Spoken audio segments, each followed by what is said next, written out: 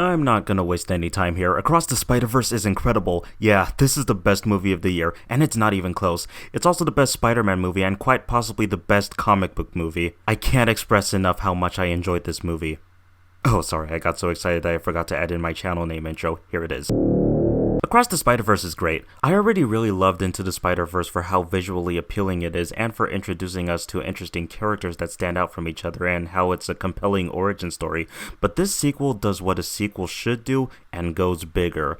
As a result, they managed to, in my opinion, top themselves, and I find that impressive. Of course, being written by Phil Lord and Chris Miller, this shouldn't be a surprise. It also got a new team of directors being given the chance to try to create something as spectacular as what the previous directors created. One of them even co-directed Souls, so that gave me hope. There is a lot that happens in this movie, and there might be some minor spoilers along the way. I'm not going to talk about the huge stuff, but there are some things that you would probably want to see for yourself.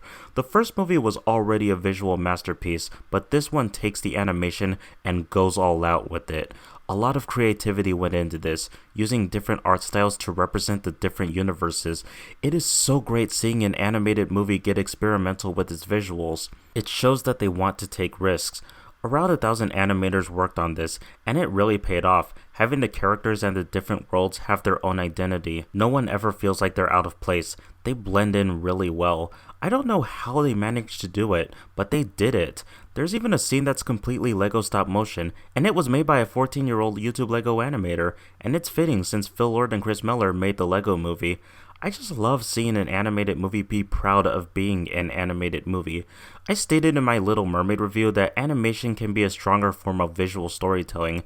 This movie proves my point. With animation, you can do a lot more, and I can't see this working as well in live action. It would just look too weird.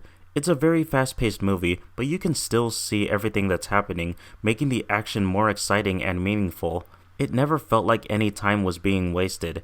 It is very well paced, taking its time to set up the story and giving us some well-animated fights that serve the story well, along with some excellent character moments. Gwen was a great character in the first movie, but the focus was clearly pointed more towards Miles since he's the main character. Here, she is just as much of an important character as Miles. We get to know more about her, as well as see more of her personality. She even goes through her own arc. The first 20 minutes is dedicated to her, showing us her issues with her and her dad and dealing with the loss of her friend. And it plays a big part in the movie since Miles is the only friend Gwen had after Peter died, and she's a supporter of the trans community. You love to see it. And seeing Miles dealing with his normal life problems is interesting and relatable. Even Rio Morales, who didn't have much presence in the first movie, gets some very wholesome moments, being a caring How did that get in the script? Being a caring mother and being there for Miles despite him growing up. These moments play into the characters finding out about themselves, who they really are. They both want to do good and they try their best. Peter is back from the first movie. He doesn't get a lot to do, but he doesn't need to since he had his own arc already, and we see the results of that. Having a child with Mary Jane, I didn't feel that his character was wasted. He even has a nice scene with Miles, showing how far both of them have come. Oh, and while we're on this topic of Mary Jane, it's so hilarious that she only has like a total of 5 minutes of screen time between both movies, and yet she's written better than she was in the Raimi trilogy. It's also clever how the writers play with our expectations, knowing what we're used to seeing in these types of movies and managing to surprise us. Whenever I took a guess at what might happen, it does something different.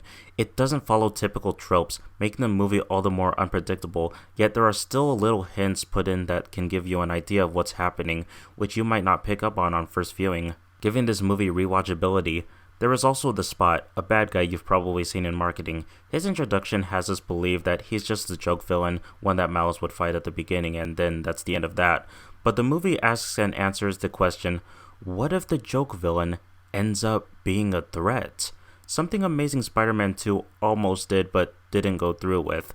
The Spot goes from silly to scary pretty quickly, and his reasons for doing what he's doing go deeper. He may not be in the movie a lot, but he plays a large part in the movie's plot. He's also voiced by Jason Schwartzman, who voiced Jesper in the Netflix movie Klaus, and now I can't stop thinking about it. The main villain, or really antagonist in this case, is Miguel O'Hara, aka Spider-Man 2099, voiced by Oscar Isaac. Jeez, how many Marvel projects are they going to put him in? Basically, this character's job is to make sure each universe sticks to its canon story, otherwise it could lead to disastrous results for the multiverse. Comic purists are watching this and realizing they're being represented by the villain. This leads to the characters being met with having to make tough decisions, figuring out what's the right thing to do. Miles outsmarting hundreds of other spider people is a great moment that showcases his genius and cleverness, really truly becoming Spider-Man. This whole chase scene is visually creative, even including a lot of fun gags. That's another thing, this movie is very funny, a lot of the jokes landed for me, and they never come at the cost of the tone. The only nitpick I have is that some jokes are reused from the first movie, but they still got laughs from me, so it's not a big deal. And the humor doesn't just come from the cameos and references, though there are ones that caught me off guard in a good way. Just character interactions in general, as well as a few visual gags I found to be humorous. It's a movie that knows how to tell a good story while still throwing in Easter eggs that don't hurt the narrative. Fanservice is not a bad thing, you just have to know how to use it. And just like No Way Home, this movie knows how to use it. It is constantly entertaining, despite the long runtime. For comparison, it has a longer runtime than the live-action Little Mermaid, but while Little Mermaid actually felt long, Across the Spider-Verse felt like it went by fast, and that is a compliment on how much it kept me captivated. Yes, this movie does end on a cliffhanger, but I kind of figured since it was supposed to have part 1 in the title before changing it. So this is technically just the first half of a full story, but I still think it works well as a full movie. Certain character arcs do have a beginning, middle, and end. If anything, the very ending was pretty much giving us a taste of what's to come next. This is the most I've been excited for a sequel in a long time. Despite being a little tired of movies doing the two-part story thing, Dune is doing it, but now we also have Fast X, Dead Reckoning, and Wicked, meaning it's gonna peak with the ending of part 1. As far as multiverse movies go, this is one of the few that actually uses the concept well. It's up there with Everything Everywhere All at Once. It's interesting how Spider-Man movies do the multiverse concept the best out of any comic book movie. It's handled way better than in Multiverse of Madness and The Flash. Oh, did I not mention that I saw The Flash a couple of weeks ago? Let me talk about that since I don't feel like making a full review for it.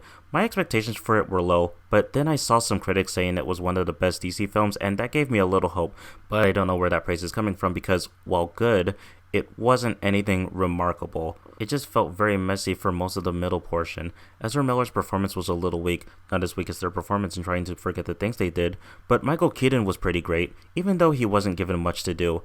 Despite what the trailers might have you believe, Flash himself is still the main focus. The fan service, however, is just there. In No Way Home, it was earned because it was the third movie in the trilogy, plus it was a celebration of Spider-Man movies. The Flash just tries to throw in DC references, which I don't think they should have done for Flash's first movie, but there are some nice character moments that save it. Oh right, this is a Spider-Verse review. Across the Spider-Verse is my jam. While the first movie might be objectively better as a full movie, I personally enjoyed the sequel more. It doesn't have a scene that even comes close to the Leap of Faith scene, but the overall quality of the storytelling makes up for it. I am beyond excited for Beyond the Spider-Verse. If it's as great as its two predecessors, this could be the best trilogy ever. Across the Spider-Verse is one of the best animated movies ever, with its strong writing, characterization, and beautiful animation. Another amazing animated movie that will get largely ignored by the Oscars. Regardless, it's such a web-slinging good time.